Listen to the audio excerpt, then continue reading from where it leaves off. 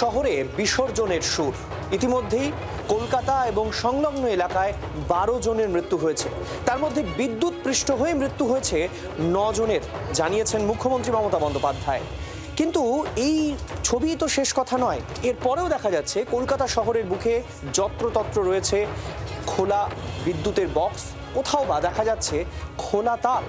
এই অবস্থাতেই প্রাণের ঝুঁকি নিয়ে যাতায়াত করছেন এই শহর কলকাতার মানুষ। উৎসবের মরশুমে শহর জুড়ে বিষাদের সুর।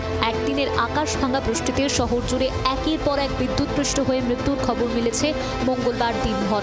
শহর জুড়ে উঁকি মারছে খোলা বিদ্যুতের তার, যে বিদ্যুতের তার যে কোনো সময় জীবনহানির কারণ হয়ে দাঁড়াতে পারে আবারও বারবারও। বিদ্যুতের ফিডার বক্স থেকে ফুটপাতে ছড়িয়ে ছিটিয়ে রয়েছে খোলা তার। সেই ফুটপাত দিয়েই যাতায়াত করছেন মানুষ। বাতিস্তম্ভে খোলা রাশি রাশি তার, তার গা ঘেঁষে উনুন জ্বালিয়ে রান্না হচ্ছে একটি ফাস্টফুডের দোকানে। বিপদ ঘটতে পারে যে কোনো মুহূর্তে। কার্নিভালের জন্য ফুটপাত বাঁশ দিয়ে ঘেরা না থাকলে এখানেই বাসের জন্য অপেক্ষা করেন মানুষ। পাশের এই চায়ের দোকানের কাছে হাইটেনশন বক্সের নিচে খোলা তার ঝুলছে। ফটুলিয়াম বিজয়দ্বারের কাছে কেবল বক্সের ঢাকনা খোলা। হাইটেনশন বক্সের তার খোলা অবস্থায় বিপজ্জনকভাবে রাস্তায় ঝুলছে। বাসস্ট্যান্ডে যেখানে বাসের জন্য অপেক্ষা করেন সাধারণ মানুষ, সেখানে 60 ফুট উঁচু বাতিস্তম্ভের নিচে পাওয়ার বক্সে কোনো ঢাকনা নেই।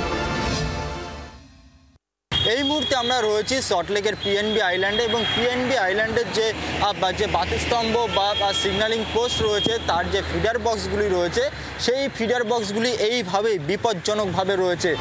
বিপদকে সঙ্গী করে যাতায়াত করে চলেছেন সাধারণ মানুষ। রাস্তাঘাটে হাঁটা মানে বিপদের সম্মুখীন হয়ে হাঁটা।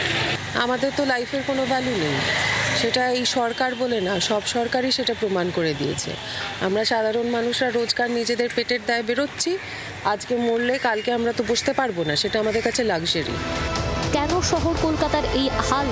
আর কত দুর্ঘটনা ঘটলে আর কত প্রাণ গেলে হুঁশ ফিরবে? তারের জট কি সরানো যায় না? শুধু এক পক্ষ অন্য পক্ষের দিকে দায় ঠেললেই সমস্যার সমাধান হয়ে যাবে? এত মৃত্যু, এত সমালোচনা, সব কি গা সওয়া হয়ে গেছে প্রশাসন বা বিদ্যুৎ সংস্থার কর্তাদের? অয়ন ঘোষাল ও নান্টু হাজরার রিপোর্ট, জি 24 ঘন্টা। বাংলার আওয়াজ, বাঙালির আবেগ, জি 24 ঘন্টা।